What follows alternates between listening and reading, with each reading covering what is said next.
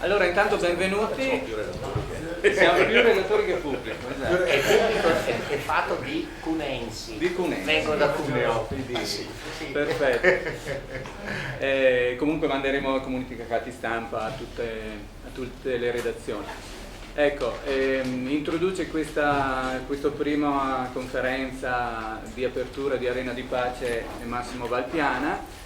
E io semplicemente presento i relatori e successivamente poi dopo Massimo il motivo per cui abbiamo fatto questo incontro, questa conferenza stampa, che a nostro avviso a livello di base del movimento è una motivazione molto importante.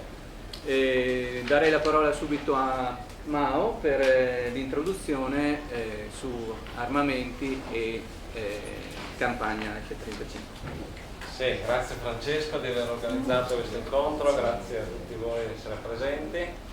Questa è la prima iniziativa di oggi, del 25 aprile, su Arena di Pace Disarmo. Prima c'è stato un lungo percorso di preparazione e speriamo e ci auguriamo che dopo Arena si prosegua proprio con la realizzazione e la condivisione della campagna disarmo e difesa civile non armata non violenta, che ha un obiettivo preciso e specifico: riuscire finalmente a togliere effettivamente dei fondi dalle spese militari italiane e trasportarli sulla questione, sull'organizzazione nel nostro paese di una difesa civile. L'articolo 52 della Costituzione affida a tutti i cittadini di essere difensori della patria, lo definisce un sacro dovere, non dice che è una difesa armata. La difesa armata è una delle possibilità, l'unica che è stata costruita e finanziata fino ad oggi, ma noi vogliamo mettere in campo la difesa civile, che è la difesa dai veri pericoli che ci minacciano, che oggi sono la povertà, la disoccupazione e anche la difesa del nostro territorio. Questa conferenza stampa è importante perché approfondisce le proposte e anche tutta l'arena di pace oggi, dove ovviamente non si potranno approfondire i temi, vengono presentati, e quindi qui abbiamo l'occasione di approfondire le proposte positive, in positivo. Cosa potremmo fare con la diminuzione drastica delle spese militari per la difesa del territorio e soprattutto per fermare quella che è la guerra nascosta, è la guerra dell'uomo contro madre terra. È una guerra dalla quale dobbiamo disarmare e oggi sentiremo dai relatori, dai responsabili dell'organizzazione delle campagne che sono presenti, quali sono le proposte nel dettaglio positive che noi presentiamo e che faranno parte, quindi saranno il contenuto fondamentale della campagna disarmo e difesa civile non armata.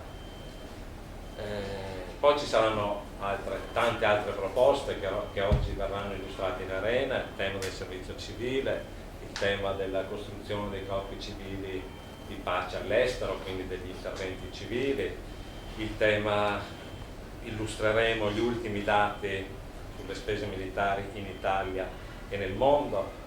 E poi ci sarà bisogno ovviamente per ognuna di queste tematiche di costruire le nostre proposte che vanno a implementare la costruzione di una politica di costruzione della pace del nostro paese, e tutte le associazioni, i gruppi, le singole persone che oggi sono in arena, che noi abbiamo sempre definito i costruttori di pace, sono effettivamente i primi difensori veri della patria, cioè della nostra comunità e dei suoi bisogni essenziali: casa, scuola, sanità, aria non inquinata, acqua non inquinata, territorio libero dal cemento.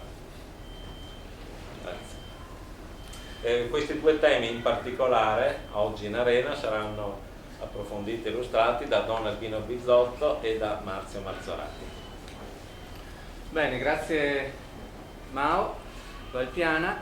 Allora, come è nato questo incontro? Questo incontro è nato da una discussione interna tra i movimenti e le associazioni, in quanto abbiamo avviato un dibattito su quali potrebbero essere i progetti che possono essere avviati dalla riduzione degli armamenti, ma in genere anche dal risparmio di qualsiasi spreco. Don Albino ci parlerà delle grandi opere, per esempio. E quindi un tema molto importante che potrebbe essere il primo germe in nuce di una prossima arena di pace, perché no? Questa è un po' l'idea, poi vedremo se avremo le forze per realizzarlo. Un'arena prossima che potrebbe essere centrata proprio sulla progettualità, in quanto è vero che risparmiamo dagli armamenti, però diciamo dove possono essere canalizzati questi fondi, e questo è un tema molto molto importante.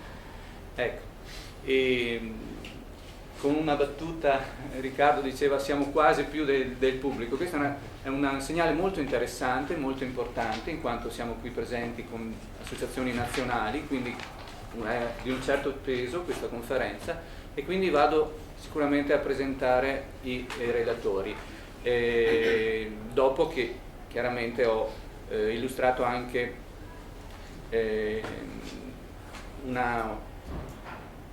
presentiamoli subito, così non perdiamo tempo. Allora abbiamo il presidente di Slow Food Veneto, Mauro Pasquali, per Banca Etica Riccardo Milano, per il Monastero del Bene Comune Alessandro Mazzer, per Legambiente Marzio Marzorati, che assieme a Don Albino Bizzotto, come anticipava Mao, in arena approfondiranno anche questi temi, intervistati da Gad Lerner.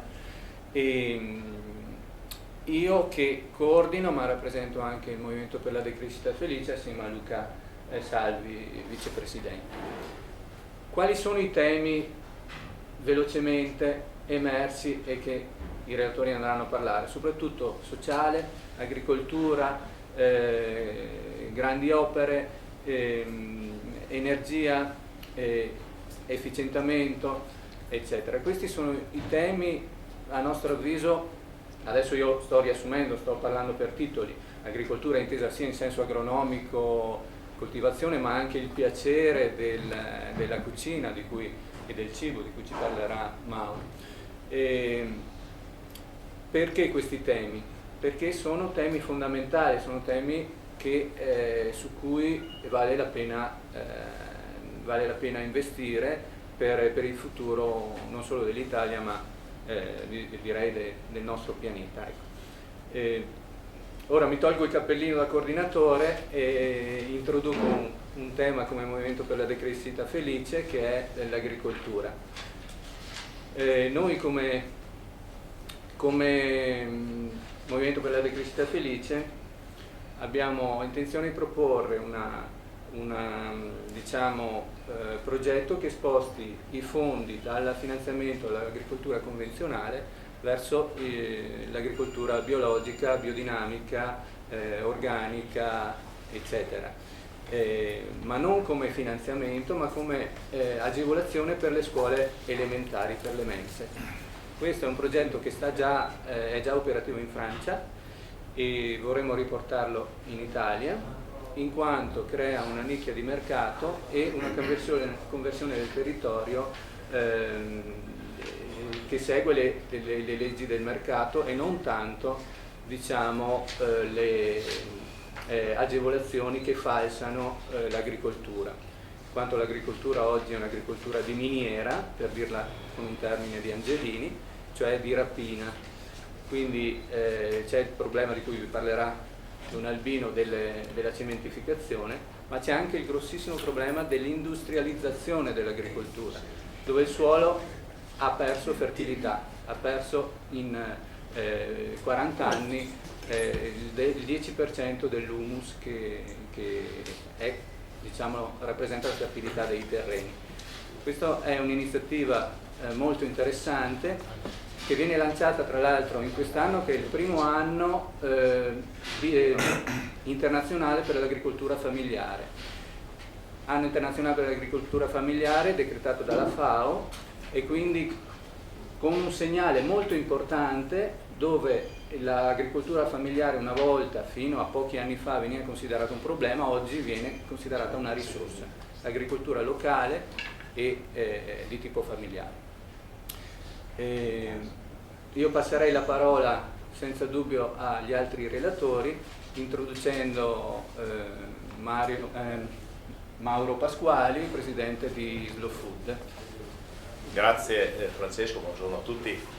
Io vi porto anche i saluti di Roberto Burdese, presidente di Slow Food Italia, che avrebbe dovuto essere qui al posto mio. Infatti oggi rappresento non solo Slow Food Veneto ma anche la segreteria nazionale di Slow Food Italia, solo che è impegnato in Spagna con un consiglio internazionale, quindi non potrà essere qui. Ma il tema sicuramente dell'agricoltura che Francesco ha accennato è un tema che a noi sta molto a cuore.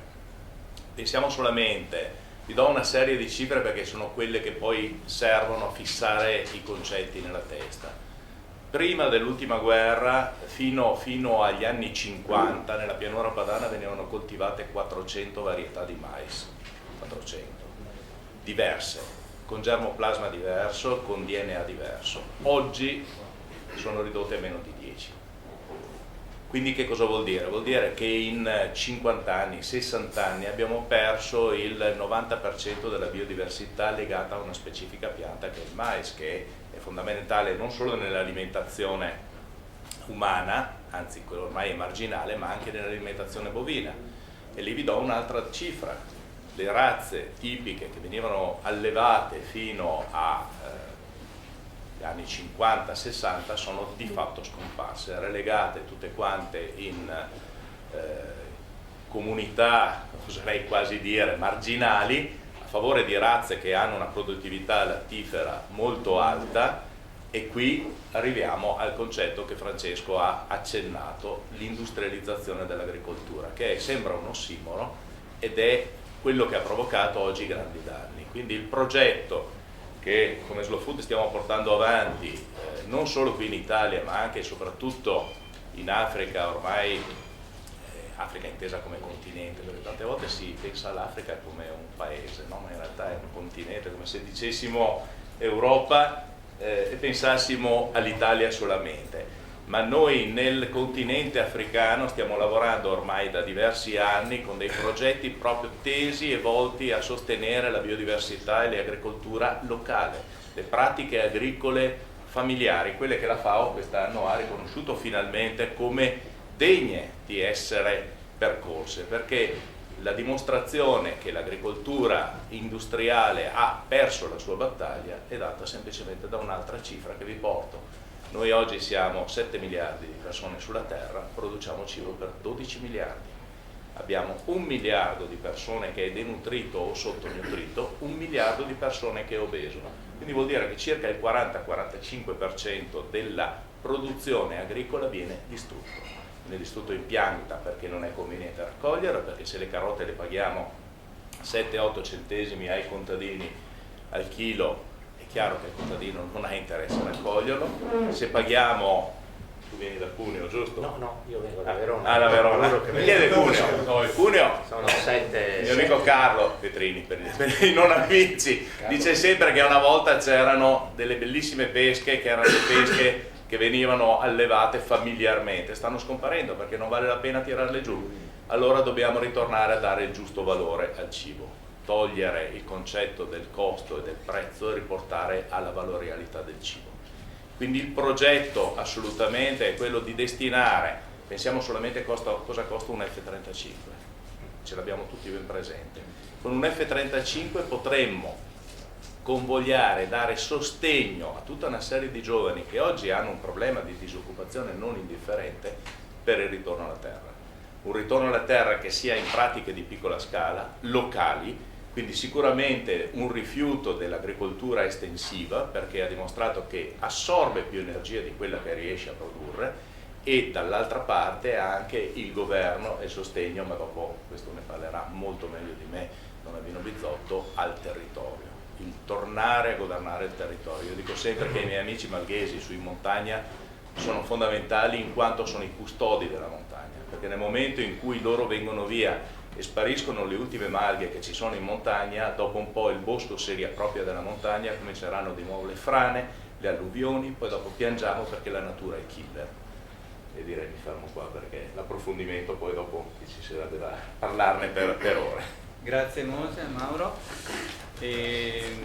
Restando sempre in tema agricoltura, passerei la parola a Alessandro Mazzer, in quanto come rappresentante, presidente insomma, del movimento Associazione Monastero e Bene Comune, ha dei temi attinenti da proporci. Sì, qualcuno poi non voglia rubare lo spazio a Don Albino. Certo.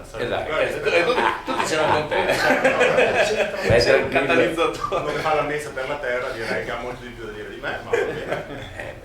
Voglio dire, noi siamo una piccola realtà, ma la presa di coscienza che la terra è un bene comune indispensabile alla vita di tutti ci spinge a proporre anche questa come orientamento dei fondi nella direzione della protezione e della sicurezza del territorio.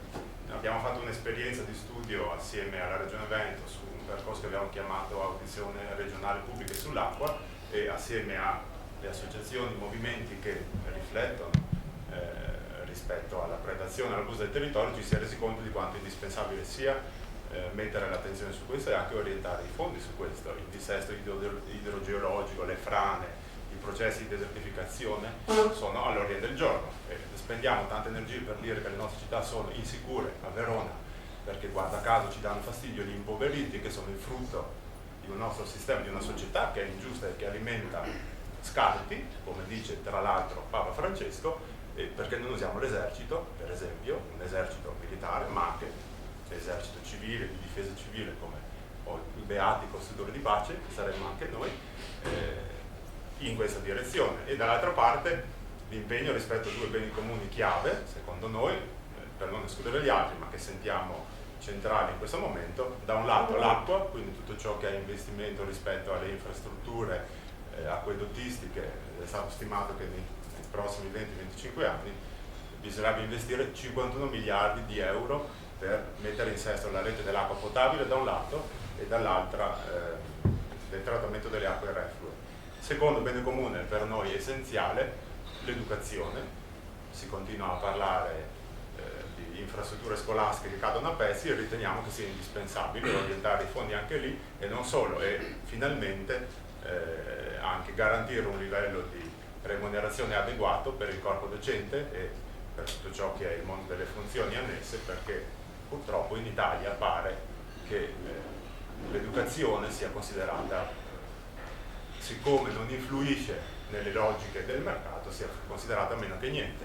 Invece forma il futuro della nostra società, e riteniamo che sia indispensabile orientare anche in questa direzione, dando valore anche remunerativo ai docenti che si impegnano per la formazione.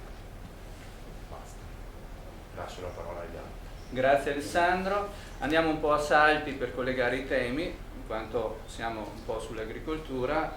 La parola a Don Albino Bizzotti, dei Beati Bizzotto, Beati Produttori di Pace.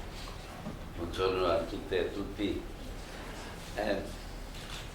Ho insistito quando ho sentito che si faceva l'arena perché ci fosse anche questo tema unito a quello del disarmo. Le armi sono la tecnoscienza che arriva a darci la possibilità di ucciderci in 25 modi diversi, ma in questo momento, accanto al disarmo delle armi, credo sia essenziale e necessario e velocissimo anche il disarmo rispetto alla terra, che sta avendo una violenza e una distruzione sistematica tanto che non riesce più a far fronte alla vita, è il pianeta Terra. E presenta un'urgenza perché i tempi che abbiamo imposto si continua a produrre anidride carbonica tranquillamente e nessuno ha fatto dei piani particolari. La domanda che vorrei porre subito: ma perché? Perché se veniamo al mondo per vivere e non per diventare ricchi, perché non è un programma politico serio quello di fare l'aria più respirabile, quello di fare il territorio che serva per la vita della gente con cibo prodotto e con l'autonomia, ecco. E perché l'acqua non deve essere messa a disposizione come diritto per tutti? E questa non è una politica seria. È politica seria la produzione di cose che non servono e che fanno soltanto gli interessi di privati. Io su questo pongo un grosso problema. Allora le suggestioni che mi interessano di più sono: la prima, noi non siamo una realtà umana che vive sopra la terra, Noi siamo terra. Abbiamo scollegato gli elementi della nostra vita dagli elementi della vita di tutti gli altri, come se noi fossimo i padroni. Non è così. Se ci viene a mancare gli elementi normali chimici, andiamo in pallone anche noi altri come tutti gli altri, e siamo dentro a una situazione dove la terra non ce la fa più, impiega 1 anno e mezzo a recuperare 1 anno di servizio, e quindi sta rubando il futuro, non può fare altro. Ed è una responsabilità che dobbiamo fare noi altri. Il secondo elemento, che dal punto di vista, scusatemi, lo cito non per convertire qualcuno, ma perché è reale. Noi abbiamo un concetto monco di Dio. Abbiamo tolto Dio dalla sua creazione e quindi abbiamo scollegato gli elementi della vita per quanto riguarda il nostro rapporto con la fede in Dio. Le comunità ecclesiali non hanno niente da dire su questo settore qua, e siamo lì in balia di quello che sta succedendo, in balia del mercato. E quindi se la nostra carne, il verbo si è fatto carne, è Dio, ecco, Dio è anche la terra. Dio è terra, e invece abbiamo scollegato anche lì. E pongo questo problema culturale perché se capiamo che siamo interni a un'unica vita e questa vita determina allora l'impegno, la custodia di tutti, entriamo dentro in un tipo di rapporti nuovi, un'alleanza nuova, non più fondata sul possesso e sul dominio, ma fondata sulla relazione creativa, dove noi poniamo delle novità grandiose. Altrimenti le differenze aumentano, le disuguaglianze aumentano e specialmente le risorse vengono consumate. La Terra ha 14 elementi su 24 che sono in degrado.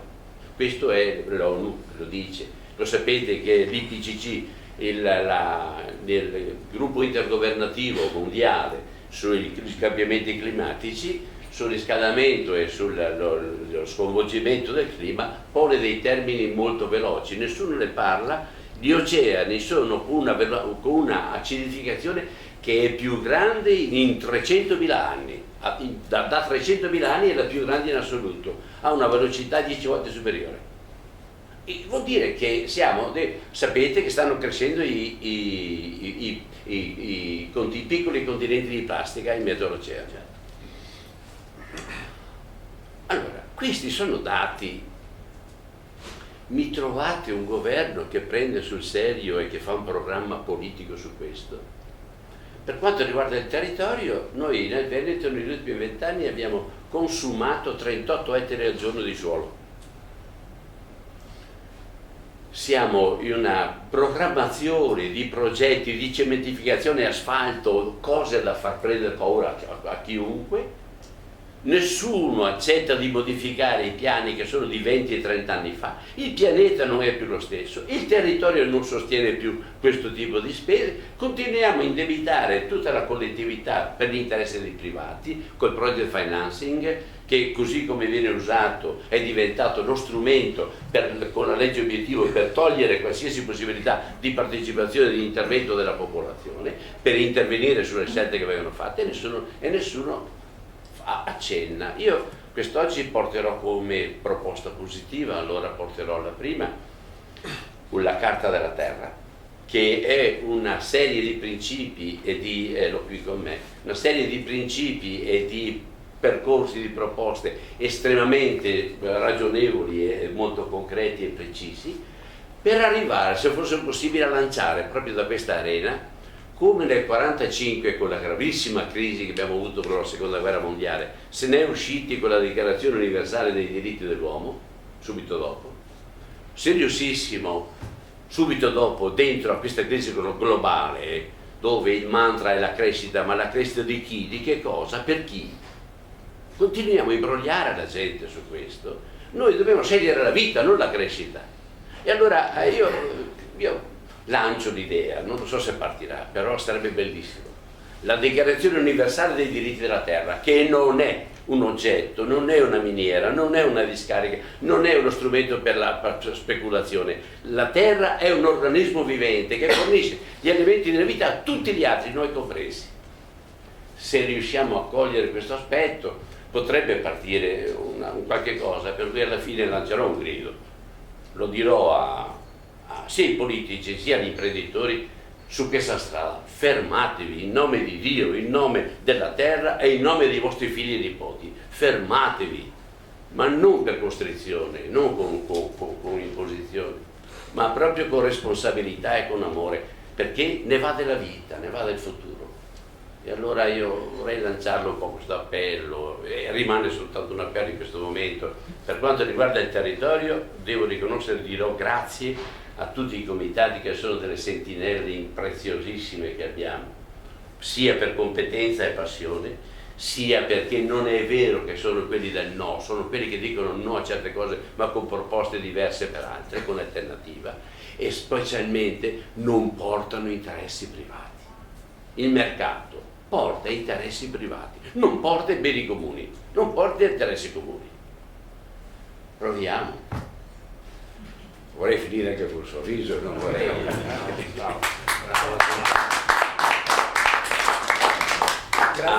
Per quanto riguarda, scusate, per quanto riguarda proprio la situazione dei giornalisti, noi il 30 novembre scorso abbiamo fatto una manifestazione a Venezia e c'erano 182 comitati implicati e quelli che avevano partecipato. Se qualcuno desidera posso dare anche i punti sui quali ci siamo presentati alle persone per dire che cosa concretamente possiamo fare sul territorio. Vi possiamo anche inviare con la dispensa che inviamo via mail della conferenza a tutti i giornalisti. D'accordo. Grazie Don Albino, dei Beati Costruttori di Pace. Il secondo motivo a cui accennavo prima, lo dico ora, di organizzazione di questa conferenza è proprio per puntualizzare, mentre in arena diciamo i discorsi saranno piuttosto generici, puntualizzare con esempi pratici dove possono essere canalizzati i fondi risparmiati dal disagio e da altri sprechi. Su questa linea darei la parola a Marzio Marzorati, membro della segreteria della Lega Ambiente della Lombardia, e che assieme comunque a Don Albino in arena farà anche un intervento specifico. Marzio. Grazie. Io ringrazio chi è qui con me, insomma noi che siamo qua, ma poi questo evento che è molto importante per la Lega Ambiente dall'inizio lo è stato e lo è, perché la pratica della non violenza, diciamo così, fa corpo con la pratica ambientalista da sempre, cioè un modo in cui ci si approccia a vedere il mondo. E tra l'altro anche in questa sala non a caso c'è qualche riferimento che faceva adesso Albino sulla questione dell'amore, cioè di farsi vincere un po'. C'è una scritta abbastanza interessante sul che l'amore vince tutto, quindi bisogna poi farsi un po' possedere da questo, farsi trascinare a volte da questa situazione. Io dico che oggi saranno in arena questi tantissimi eroi del quotidiano che sono la condizione che noi chiediamo per creare questo corpo civile. Sono molto d'accordo con le parole di Mao all'inizio, Valpiana, l'idea che la Costituzione non obbliga a difendere con le armi, obbliga a difendere il suolo della patria dai nemici, e oggi i nemici che noi siamo qua a gridare sono i nemici, siamo noi stessi molte volte, sono gli nemici che danneggiano il suolo, il territorio, il rischio idrogeologico, l'inquinamento, cioè elementi palpabili tutti i giorni, il cambio climatico, le migrazioni che derivano dai processi climatici. Quindi su questo noi chiediamo che lì vada la difesa del suolo patrio, i soldi che invece vengono spesi per le armi. Su questo voglio solo ricordare, prima di accennare a dove sono i nostri impegni quotidiani, al fatto che domani, mi ricordava Barbara Meggiato che è qui con me, che è l'anniversario di Chernobyl, sono passati 28 anni se non sbaglio dall'evento di Chernobyl, e noi in quel territorio oggi stiamo spendendo, noi come comunità mondiale, ormai possiamo dire come popoli, soldi ancora per una guerra che ha al centro l'energia come fattore, che ha al centro il problema di tolleranza tra le persone, che ha al centro la potenza, l'espressione di potenza rispetto al popolo ucraino, al popolo russo, insomma chi vive in quel territorio, e al centro c'è un reattore che è ancora scoperto, che avrebbe bisogno di finanziamenti miliardari per essere messo in sicurezza, che è un obbligo della comunità europea di tutti noi metterlo in sicurezza, e che ancora oggi rimane lì così, anzi noi ci permettiamo di spendere i soldi per fare una guerra proprio in quel territorio lì, quindi simbolicamente mi sembra che sia proprio un richiamo. Sulla questione della pace io credo che sia un fattore di sviluppo, non è un fattore di resa, non è un fattore di abnegare ai nostri doveri e ai principi di difendere il nostro paese. E credo che il centro che veniva detto adesso sulla terra sia importantissimo. Noi abbiamo due elementi: uno, si è danneggiata la partecipazione con i processi delle opere pubbliche, veniva citato adesso, cioè l'elemento più importante che fa un'opera pubblica è quello di rispondere a un bisogno pubblico, che è quello di muoversi o è quello di educare. Ecco, proprio lì le leggi che venivano citate, ma anche il modo di fare, le opere pubbliche sono venute escludendo totalmente la partecipazione, escludendo completamente il contributo progettuale. Noi l'abbiamo visto in Lombardia con le grandi opere pubbliche che poi toccano il territorio veneto, Prebeni, TEM, risposte a bisogni mai identificati, mai validati dal territorio, che sono diventate delle ferite aperte su territori fertilissimi. Lo abbiamo visto nella Terra dei Fuochi, quindi l'inquinamento che pregiudica capacità di fertilità di terre che facevano 4-5 raccolti di ortaggi nelle buone stagioni. Quindi noi abbiamo creato questa rete che si chiama i Custodi del Territorio, che è una rete di proprietari della terra, perché come sempre noi come Legambiente, ma molte associazioni che saranno in arena oggi, chiamiamo anche la responsabilità personale. Non può essere sempre colpa di chi sta in alto o chi è diverso da noi. Qual è la nostra responsabilità? Nostra nel senso che i proprietari della terra, gli agricoltori, chi cede il terreno, non so, il Policlinico di Milano che possiede 8.000 ettari di terreno donati, come agisce oggi per poter rendere la terra fertile un bene da utilizzare per le prossime generazioni? Come si muove? Che cosa vuole fare sulla sua proprietà? Questo rafforzerebbe anche chi vuole espropriare facilmente con pochi soldi. Agli agricoltori è stato espropriato per fare la TEM in Lombardia a dei costi ridicoli, senza valutare che quel terreno ha prodotto cibo da 800-900 anni e ne avrebbe prodotto cibo per altri 800-900 anni. Qual è il valore di un terreno così, che viene coperto da una lastra di catrame che solo lasciata lì ci metterebbe 1000 anni per tornare a essere fertile? Qual è il valore economico? Chi può dare un valore economico a quel pezzo di terreno così, no? Senza nemmeno un processo di partecipazione, valutando rispetto ad altri bisogni che abbiamo. Oggi la capacità di sopravvivenza alimentare della provincia di Milano, che è una delle terre più fertili d'Europa, è di 60 giorni. Quindi abbiamo costruito un sistema incapace di sostenere anche noi, come veniva detto giustamente da Slow Food. Quindi la custodia della terra è un movimento popolare dei proprietari e di chi vuole allearsi con i senza terra, che oggi non sono solo quelli che vogliono la terra per coltivare, sono quelli che non ce l'hanno più, che vivono in città, che sono impediti ad avere un rapporto con la terra, ma che vivono della terra, perché non possono prescindere da un rapporto di impronta con un pezzo di terra che gli dà l'acqua, l'aria e il cibo. E quindi la custodia vuole essere una testimonianza visiva, è un sito, diventa un'esperienza fisica di persone che si incontrano e creano un movimento. Un secondo aspetto che noi abbiamo sempre sostenuto, l'avete visto in questi giorni, è l'abbattimento delle cose abusive. Bisogna passare ai fatti. Gli ecomostri che recentemente, 2 settimane fa, Ostuni è stato abbattuto con un'amministrazione legale, nuova, che rispetta le regole, che finalmente ha abbattuto un mostro fatto a 5 metri dalla riva del mare, in modo sfrontato, completamente illegale, nato da una sera con l'altra. Quindi bisogna tornare alla legalità, perché sul territorio si fanno cose illegali. La Terra dei Fuochi ne è un esempio e bisogna pensare che lì l'economia non ha prodotto una qualità. Quale economia ha prodotto quel tipo di abominio che oggi porta a un costo pubblico, sociale, che dobbiamo pagare noi?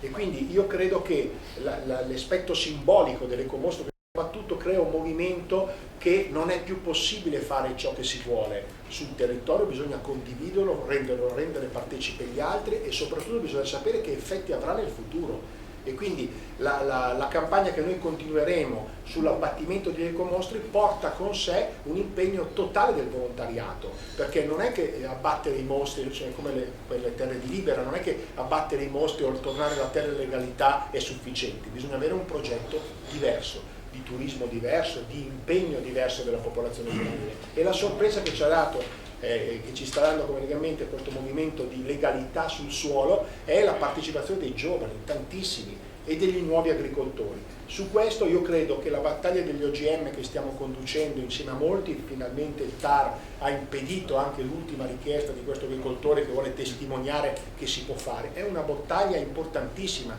non solo perché sugli OGM viene messo sulla conoscenza della vita, viene messo una proprietà privata e viene esercitato un diritto al pagamento economico, che è un abominio, perché la proprietà, come veniva detto prima da chi mi ha preceduto, è un bene comune per antonomasia alla vita, per cui se io la posso seminare già con gli ibridi, la proprietà è stata espropriata perché tu devi continuamente comprarli. Con gli OGM noi andremo verso la brevettizzazione del seme, la brevettizzazione del prodotto che ci sarà dopo, quindi un'espropriazione totale che non risponde, come mi ha detto da Slufu, a un bisogno alimentare, è un bisogno finanziario economico di trovare valore attraverso esercitando proprietà sulla vita. Questo è una cosa che noi non possiamo permetterci. Oltre a questo, caratterizzare il fatto che l'OGM non siamo contrari solo per questo, ma perché la nostra economia alimentare nasce sulla diversità, sulla biodiversità, sul fatto che il seme può evolversi, cosa che non farà se sarà collegato alla manipolazione genetica fatta in laboratorio.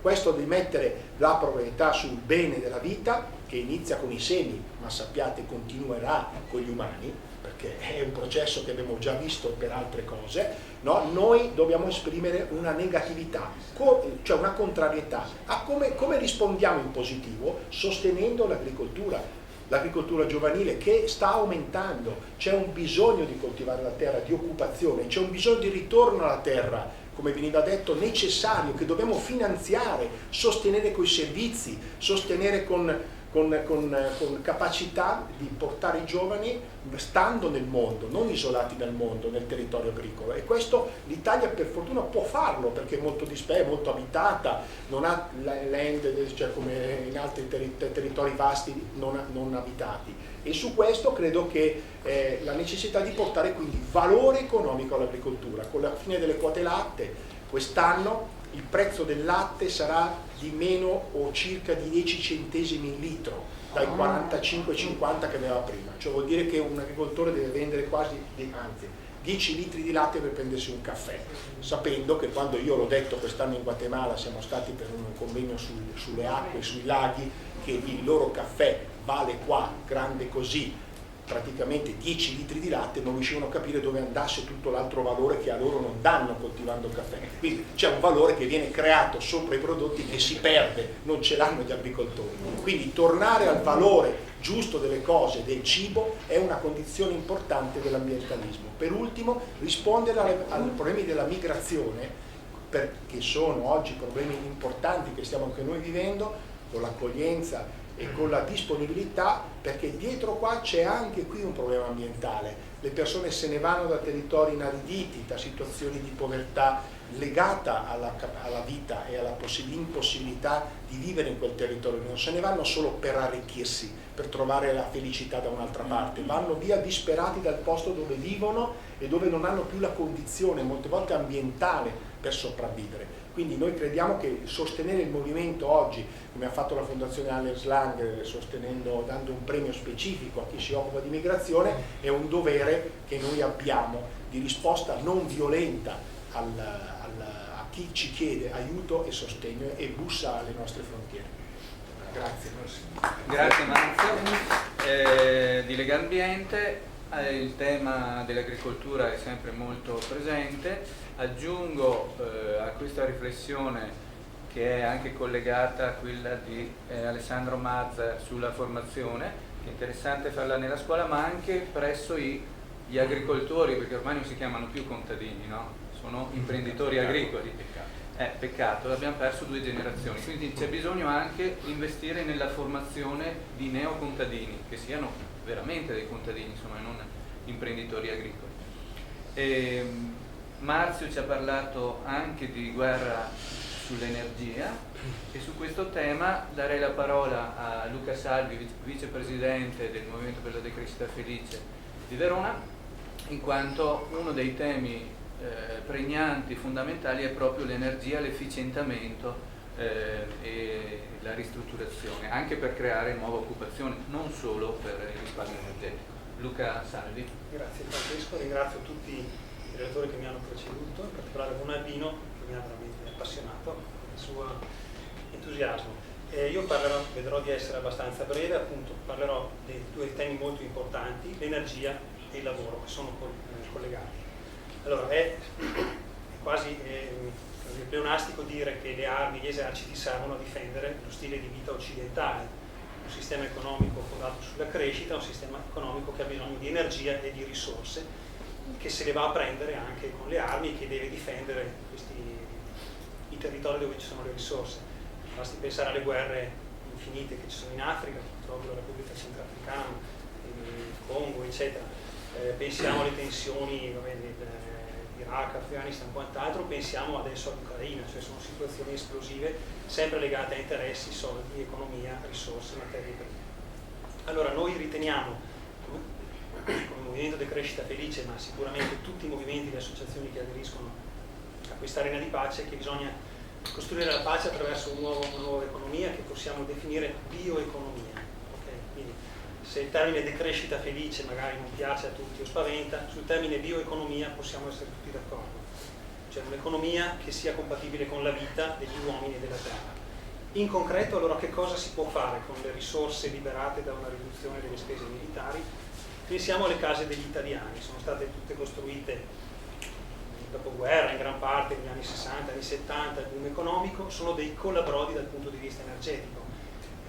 Sono degli studi che hanno dimostrato che oltre i 2/3, ma probabilmente anche di più, dell'energia che viene utilizzata per la climatizzazione delle nostre case è energia sprecata, è una merce che non crea benessere. Allora, noi proponiamo di lanciare un piano Marshall per la riqualificazione energetica e per la messa in sicurezza antisismica, tra l'altro, perché non dimentichiamo che il rischio sismico forte nel nostro paese, di tutti gli edifici nazionali, a partire dagli edifici pubblici, ma arrivando anche agli edifici privati, oltre alla messa in sicurezza del territorio di cui si è già parlato, del rischio idrogeologico.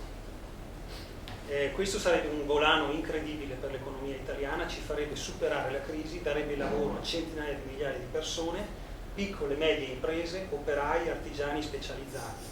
Le grandi opere, lo sappiamo bene, vengono appaltate dalle grandi imprese, manodopera spesso ridotta, grandi macchinari. Pensiamo per scavare il tunnel della TAV si calcola che serviranno circa 6.000, si creeranno 6.000 posti di lavoro. La stessa cifra stimata dal Ministero delle Infrastrutture, pari a 8,2 miliardi di euro, poi saranno molti di più, con gli stessi soldi impiegati nell'efficientamento degli edifici pubblici possiamo creare 150.000 posti di lavoro utile. A noi piace molto parlare di lavoro utile. Scavare un buco in una montagna perché le merci possano viaggiare più veloci serve al mercato, serve al privato, serve alle imprese, ma è un lavoro inutile. Mettere a posto le case degli italiani, le scuole, le biblioteche, gli uffici, i municipi è un lavoro utile perché crea lavoro, perché riduce le emissioni di anidride carbonica, riduce il nostro fabbisogno di energia dall'estero, di fonti fossili, quindi riduce anche la necessità di spese militari per andare a prenderci queste energie. Molti anni fa Rolfo Lerot disse che chiedevano, ricordate, datemi il costo di un cacciabombardiere e io vi cancellerò la lebbra dal mondo. Bene, noi chiediamo al governo Renzi di chiudere il programma F-35, con i soldi risparmiati si possono mettere in sicurezza. Pensate, con un solo F-35 è possibile ristrutturare oltre 100 scuole. Con quello che costa la TAV se ne potrebbero ristrutturare 10.000. Quindi pensate a che lavoro, che miniera di lavoro si potrebbe creare lavoro utile. Ci sono altre miniere occupazionali che sono appunto la gestione dei rifiuti, la gestione seria, quindi finiamola di incenerire i rifiuti, di fare come la guerra all'atmosfera. I materiali vanno recuperati, questo creerebbe tantissimo lavoro. Ci sono terreni inquinati da bonificare, la Campania, la Terra dei Fuochi, Taranto, ma quant'altro. L'agricoltura abbiamo già detto, e poi appunto il territorio, i beni artistici, culturali del nostro paese, la riforestazione per appunto mettere in sicurezza il territorio. Quindi chiudo appunto con un appello che noi come Movimento di Crescita Felice abbiamo lanciato già 2 anni fa. È fondamentale spostare la priorità dalla crescita del PIL, che misura tutto in maniera indistinta, senza qualità. Il PIL cresce se crescono le spese militari, quindi non cresce il benessere. Bene, dobbiamo spostare la priorità dalla crescita del prodotto interno lordo alla crescita dell'occupazione in lavori utili, ovvero finalizzati a ridurre i consumi e gli sprechi. Chiudo con una cosa che non mi ero preparato, ma appunto che ho letto ieri sera sul giornale, che mi ha appunto sconvolto su questa idiozia del PIL. Voi pensate che il governo polacco ha deciso, proprio notizia di ieri, di mettere nel conteggio del PIL anche diciamo, i redditi, hanno stimato il calcolo economico delle attività illegali, contrabbando di sigarette, droga,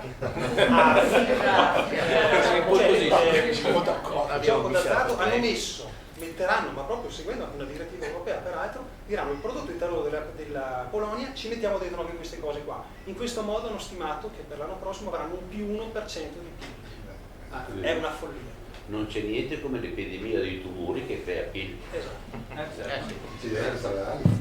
Stradali, malattie, inquinamento, tumori, ecco. Quindi è ora di finirla con questo PIL, di introdurre nuovi indicatori di benessere, ma soprattutto arrivare a una bioeconomia, che veramente è la risposta al problema sia del lavoro, sia anche della salvaguardia dell'ambiente, della coesione sociale e quant'altro. Grazie Luca. Infine, ma non meno importante, ultimo intervento che abbiamo tenuto per ultimo proprio per la sua importanza, perché è centrale in questo tipo di manifestazione, di conferenza, che ha proprio come tema come poter utilizzare i fondi risparmiati da disarmo e altri sprechi. Riccardo Milano, rappresentante nazionale di Banca Etica, che in questo campo diciamo è uno dei maggiori esperti. Grazie mille, rinnovo i saluti a voi. Vorrei iniziare con 3 suggestioni.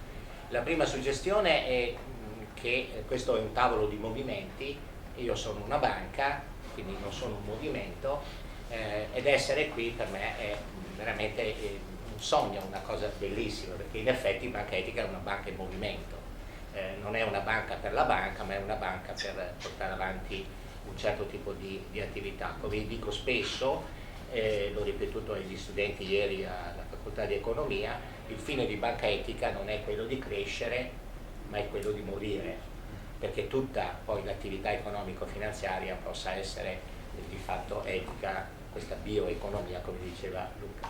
La seconda suggestione, ringrazio lui, ma un po' mi dispiace perché mi ha rubato l'idea, di fronte a me c'è una bellissima scritta in latino che non poteva non esserci a Verona, che è la patria di Catullo, che sapete è il cantone dell'amore di Giulietta Romeo, però non è vera. No, lo dico, omnia vincit amor et nos cedamus amore. No, non è vero, perché sì, in maniera romantica è così.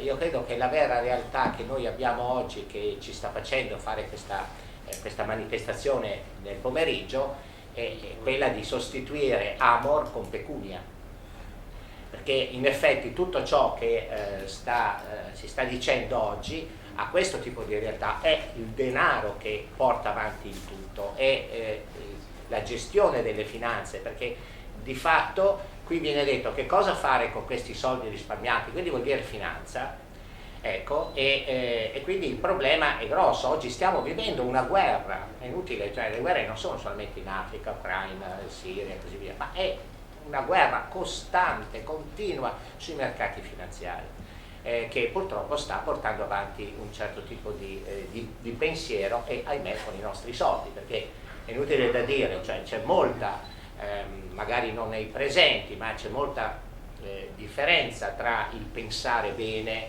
e agire conseguentemente. C'era il Talmud, un testo di saggezza ebraica, che diceva che la strada più lunga è quella che va dal cuore al portafoglio, e lo diceva in un periodo in cui non esistevano i portafogli erano dei piccoli sacchetti che si mettevano intorno al cuore, quindi, cioè intorno al collo, quindi stavano attaccati al cuore. Oggi c'è questa realtà. La terza suggestione, mi rifaccio anche a quando diceva il mio amico Luca, che si meraviglia, insomma, giustamente, insomma, ha detto bene, quindi sottoscrivo, del tunnel, no? La TAV e così via, però pochi sanno, e per fortuna Paul Krugman l'altro giorno sul New York Times ha denunciato questo fatto, che vicino a New York non si sono trovati i soldi per fare un'opera pubblica assolutamente indispensabile, ma si sta facendo un tunnel di assoluto costo pazzesco per mettere solamente dei cavi di fibra ottica che possano abbassare di alcuni millesimi di secondo le transazioni finanziarie. Già questo è storia, perché già sono state collegate con fibre ottiche molto veloci la City di Londra e la City di Wall Street per avere velocità nel manovrare le realtà, e voi sapete che a Londra il costo degli appartamenti per gli operatori finanziari viene man mano aumentato in vicinanza della sala delle contrattazioni, perché i computer, stando più vicini, riescono meglio di altri a captare, che magari sono a 1 chilometro di distanza, a captare e a vincere le realtà. Questa è la guerra che c'è qui. Quindi Banca Etica vuole innanzitutto testimoniare che un'altra finanza è possibile, che veramente i nostri soldi sono importanti e che possiamo gestirli, quindi il voto col portafoglio, come è stato più volte detto. Allora, in questa direzione, che cosa può una piccola banca come la nostra, perché tutti quanti ammirano Banca Etica, però noi influiamo pochissimo dal punto di vista di capitali, cioè facciamo poco perché possiamo far poco, perché la gente, più di darci quell'amore così, non ci dà altro, e non c'è un'altra partecipazione tale per cui possiamo pensare di, però le idee, le forze delle idee, c'è stato detto, speriamo sia vero, vincono sempre sulle forze del male. Allora Banca Etica è, da un certo punto di vista, presente su questi temi, tant'è vero che l'ha fatto presente non solo nel suo statuto ma anche nel manifesto, quindi la vision e la mission sono assolutamente portate a 2 aspetti particolari. Il primo è che senza la pace, quindi senza una politica di pace vera, non si può avere una degna vita dell'uomo, e quindi il denaro, che dovrebbe essere assolutamente portato avanti, pensate, la parola pecunia deriva da pecus, quindi vuol dire un animale, vuol dire una pecora, perché una volta si contrattava in quel modo lì, quindi ha una valenza che ci riporta, come diceva Don Albino, alla terra, ci riporta a delle cose sane, sagge, e che quindi dobbiamo riportare avanti. Quindi la prima parte è una pace che fa sì che la possibilità dell'uomo, uso e rubo una parola da Amartya Sen, cioè questa capability che ogni uomo ha, possa essere assolutamente rispettata. La seconda è la legalità, che è stato già detto adesso. Questa è una bella notizia, che la Polonia ha aumentato, perché come si commentava qui, l'Italia probabilmente diventa la nazione più ricca del mondo, quindi viene azzerato il debito e così via. No, purtroppo le cose sono ben più complesse, perché dietro tutta questa massa di denaro oggi le uniche realtà che hanno liquidità spicciola sono due macro attività. La prima è l'attività illegale, assolutamente in tutto il mondo, che ahimè sta portando avanti, pensate, le sue politiche di questa immissione di questa grande liquidità, comprando tutto e di tutto. Pensate solamente quanto si sta attenti in questo momento nella ricostruzione del terremoto dell'Emilia Romagna, che nessuno ne parla, però ci sono delle situazioni estremamente complicate e difficili, ma anche di tutti quanti gli interventi che le varie mafie a livello nazionale e internazionale stanno facendo in tutto il mondo. E questo con il beneplacito, in un certo senso il silente assenso di tutta la politica, di tutta la realtà. La seconda organizzazione, che viene in questo momento molto sfruttata, sono tutte le attività arabe, che sono le uniche liquide, tant'è vero che il governo inglese di Cameron sta aprendo moltissimo ai fondi islamici, quindi a un certo tipo di realtà islamica, perché sono gli unici che hanno liquidità. Questo è vera, perché in questo momento sapete che la liquidità data dalle banche centrali, data dalle transazioni, è tutto falso, cioè non girano numeri, ma di fatto poi se io questi numeri li voglio compensare in attività spicciole non ci riesco, non ce la faccio. Quindi questa è la grande guerra che c'è. Quindi Banca Etica è inserita su questo, quindi raccoglie denaro, sta molto attenta alla provenienza del denaro, quindi facciamo indagini e così via, e nell'erogazione teniamo presenti tutti questi concetti della non violenza, in particolare della legalità, del rispetto dell'ambiente. Pensate, è bello dire facciamo attività biologica, perfetto, ma chi è che le finanzia? L'origine dell'attività delle banche etiche nasce proprio dal finanziamento del biologico, che era ancora in Germania nel 1974 con la prima banca etica al mondo, che è la GLS. E Banca Etica porta avanti questo genere di realtà, come porta avanti nelle energie rinnovabili, molto attenti però a tutte le infiltrazioni. Abbiamo portato avanti un progetto che si chiama SCORE, Stop Crime to Renewables and Environment, quindi vuol dire tutte queste cose, perché oggi è indispensabile farlo. Noi stessi viviamo in una realtà come quella calabrese, in un palazzo sequestrato alla mafia, e quindi con tutte le difficoltà che potete pensare che viviamo quotidianamente, proprio per cercare di contrastare. E come viene, Badalini mi ha chiesto quasi esempi specifici ce ne possiamo fare note, ma facciamo quindi una realtà molto più forte. Si diceva sempre della legalità, ma la gente deve pur vivere, per vivere occorre lavorare. Il lavoro è quanto è stato espresso esplicitamente proprio nella nuova economia, perché sapete che l'economia, non voglio farvi io una lezione, ma nasce in un particolare momento con un particolare personaggio, quella moderna, che è Benedetto da Norcia. Benedetto da Norcia con Benedetto parte la nuova economia, che si basa sul lavoro. Oggi abbiamo sostituito al lavoro la rendita.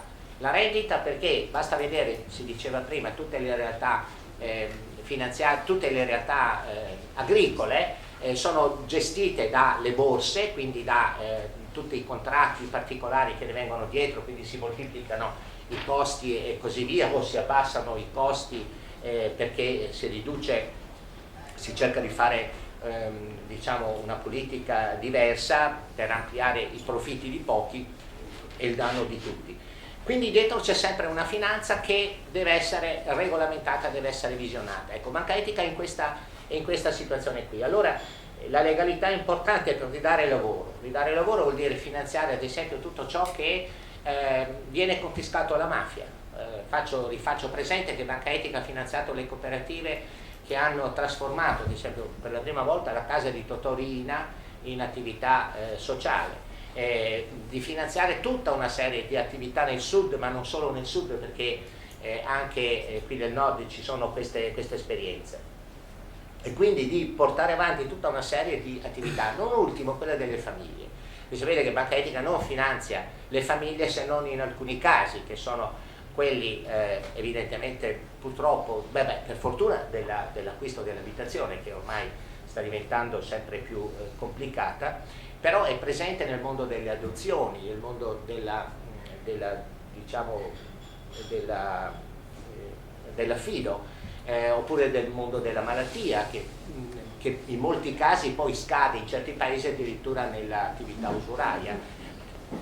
Ma è chiaro che finanzia ad esempio tutte le attività di riduzione delle questioni energetiche, quindi tutto ciò che ha a che fare appunto per l'emissione minore della CO2, eccetera, eccetera. Quindi non voglio fare il panacea di Banca Etica, perché, lo ripeto ancora una volta, Banca Etica è uno strumento, non è un fine, e quindi è un qualche cosa che deve essere alla base. Però questa concezione di dire io oggi sono in guerra, la guerra ai mercati, non voglio fare pubblicità a nessun libro, però vi prego di leggere, perché è veramente sconvolgente da un certo punto di vista, un libro che è stato appena edito, si chiama I Diavoli, scritto da un operatore finanziario Brera italiano, che racconta come si è scatenata la campagna verso la Grecia, verso il Portogallo e verso l'Italia con i debiti, sapete, con la gestione del debito pubblico, che è veramente pazzesca. Quindi è stato organizzato il tutto e oggi ci troviamo in una situazione veramente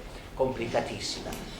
Io non lo so, onestamente, devo essere realista, se riusciremo a bloccare l'acquisto degli F-35. È più facile che a quel punto poi ci bombardino noi.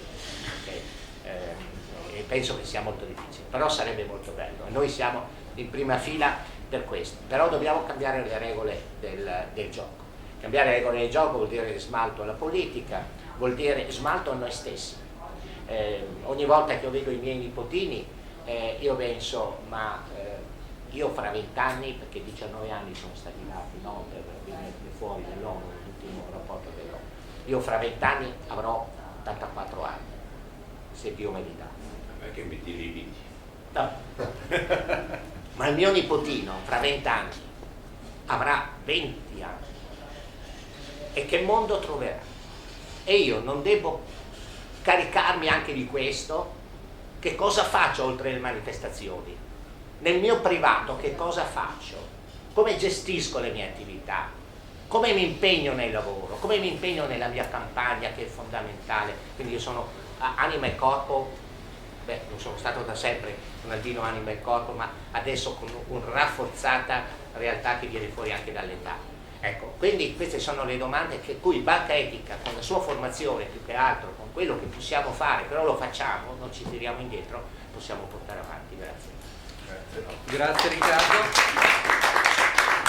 Concludiamo questa conferenza stampa dandoci appuntamento in arena. Adesso dovrebbe essere arrivata la biciclettata, poi dalle 2 cominciano le manifestazioni, i vari momenti.